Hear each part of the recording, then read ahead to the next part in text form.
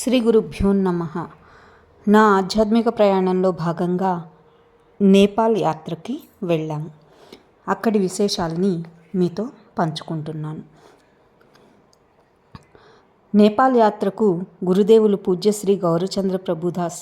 గారి ఆధ్వర్యంలో బృందంతో కలిసి విమానం మార్గం ద్వారా ఖాట్మండు, నేపాల్ రాజధానికి చేరుకున్నాం. ఖాట్మండులో భాగమతి నది ఒడ్డున ఖాట్మండుకు ఈశాన్య దిక్కులో పశుపతినాథ్ ఆలయం ఉంది. ఇది ప్రపంచ ప్రఖ్యాతిగాంచినది. ఇందులో శివుని యొక్క తలభాగము ఇక్కడ వెలిసింది అని పురాణాలు చెబుతున్నాయి. పశుపతినాథుని పంచన తలవంచి నమస్కరించగలిగే అదృష్టాన్ని ప్రసాదించి ఉన్మత్త భైరవి దగ్గర ప్రత్యేక ఆశీర్వాదాన్ని ఇప్పించి, వకుట భైరవుడు సప్తమాతృకల దర్శనాలను ఇప్పించి, ఆదిశంకరాచార్య గుడిని చూపించి,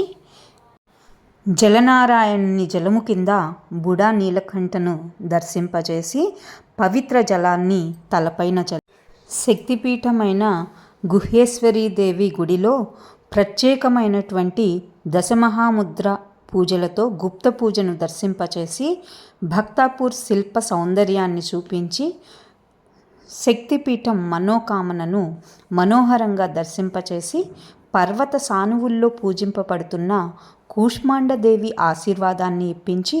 జీవితంలో ఎప్పుడూ చూడలేని శ్రీ వెంకటేశ్వర స్వామి గుడిలో ఉండే సాలగ్రామ శిలల మ్యూజియంను చూడగలిగే సదవకాశాన్ని మాకు ఇప్పించి, సముద్ర మట్టానికి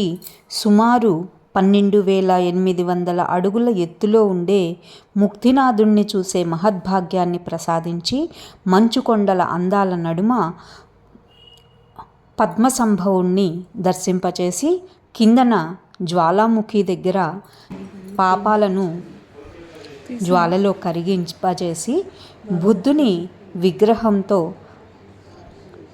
మంచుకొండల అందాలను తిలకిస్తూ ధ్యానంతో పరవశింపజేసి, మంచుకొండల పైనుంచి జాలువారే జలపాత అందాల తుషారాల మధ్య ఓలలాడించి, భాగమతి నదీ ప్రవాహపు అందాలను చూపించి మురిపిస్తూ, వేడినీటి కుండాలలో స్నానం ఆచరింపజేసి, గండకీ నదీ ప్రవాహంలో పితృతర్పణాలను ఇప్పించి, గండకీ నది మధ్యలో వేలాడే వంతెన మీద నడిపించి, జడభరతుడు తపస్సు చేసిన జాడను చూపించి ఆశీర్వదించి, వింధ్యవాసిని ఒడిలో మమ్మల్ని సేదదీర్చి,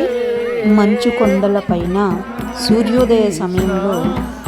బంగారపు రంగులో మెరిసే మంచు కొండలను చూసి ఆస్వాదింపజేసి, పోఖ్రాలోని ఎత్తైన కొండపైన ఉండే బుద్ధుని దంతాన్ని దర్శింపజేసి, పోఖ్రా అందాలను చూపించి, నది మధ్యలో వయ్యారంగా వెలిసిన తలవారాహి తలుపు తట్టి దండం పెట్టి, వారాహి తలుపులతో తనువును పులకరింపచేసి, శ్రీకృష్ణుని ఒడిలో ఊయలలూపి, హరినామ సంకీర్తనతో ఓలలాడించి, మధ్య మధ్యలో ప్రతి స్థలం యొక్క ప్రాముఖ్యతను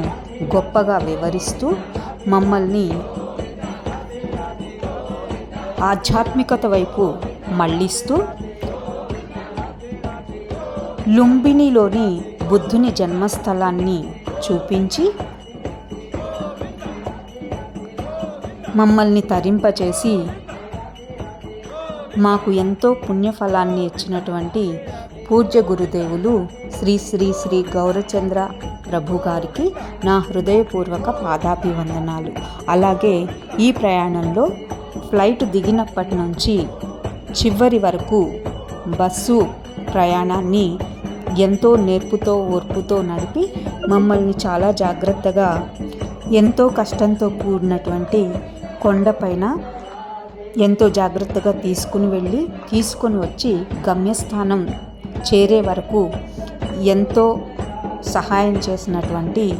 మిలన్ బస్సు బృందానికి నా ప్రత్యేక కృతజ్ఞతలు, ధన్యవాదాలు.